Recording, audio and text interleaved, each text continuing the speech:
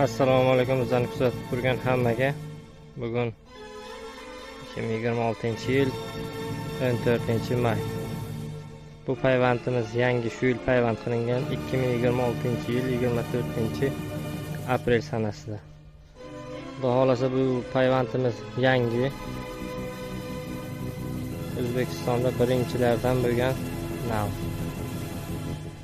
Kelly Seedless.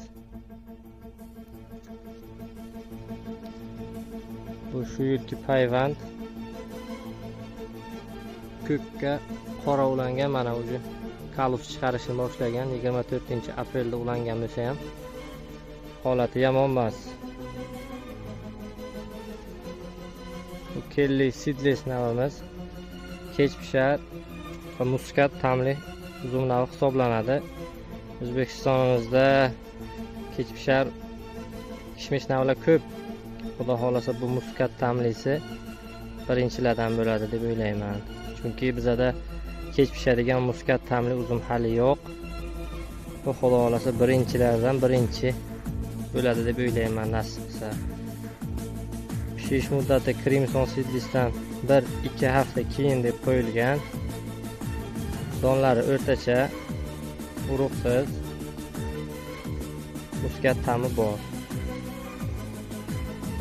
Shirinlik Brix'i 19-20 Brix qo'yilgan. Men o'ylaymanki, quyoshli O'zbekistonimizda bundan ham shirin bo'lishini niyat qilib qolaman. Menimcha ham lekin shirin bo'lishi kerak, chunki juda ko'p navlarimiz ko'rsatilganidan ko'ra quyoshli O'zbekistonimizda ancha shirin bo'libdi.